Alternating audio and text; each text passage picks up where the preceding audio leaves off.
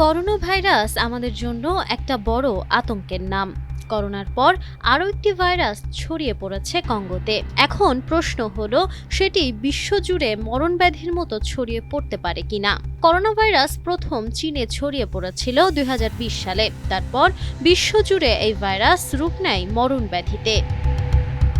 কঙ্গোতে আবারও ছড়িয়ে পড়েছে প্রাণঘাতী ইবোলা ভাইরাস। কয়েক সপ্তাহ ধরে ছড়িয়ে পড়া এই ভাইরাস ভাবিয়ে তুলেছে বিশ্ব স্বাস্থ্য সংস্থাকে।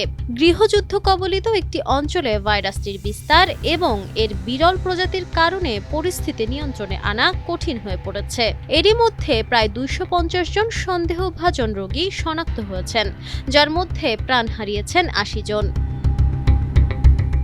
বিশ্ব স্বাস্থ্য সংস্থা ইবোলা প্রাদুর্ভাবে জরুরি অবস্থা ঘোষণা করলেও বিশেষজ্ঞরা আশ্বস্ত করেছেন যে এটি কোভিডের মতো বিশ্বব্যাপী মহামারীর রূপ নেবে না।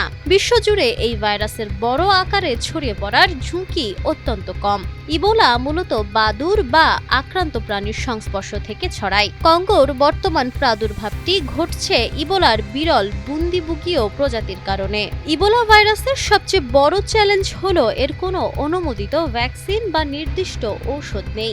এমনকি সাধারণ ইবোলা পরীক্ষার কিটগুলো এর ক্ষেত্রে ঠিকভাবে কাজ করে না। তবে আশার কথা হলো, কঙ্গোর ইবোলা মোকাবেলার দীর্ঘ অভিজ্ঞতা রয়েছে। London school of hygiene and tropical মেডিসিনের ডক্টর ড্যানিয়েলা ম্যানো বলেন, ১ দশক আগের তুলনায় কঙ্গোর স্বাস্থ্য বিভাগ এখন অনেক বেশি শক্তিশালী হয়েছে। Nafisa Nuwal, Times today.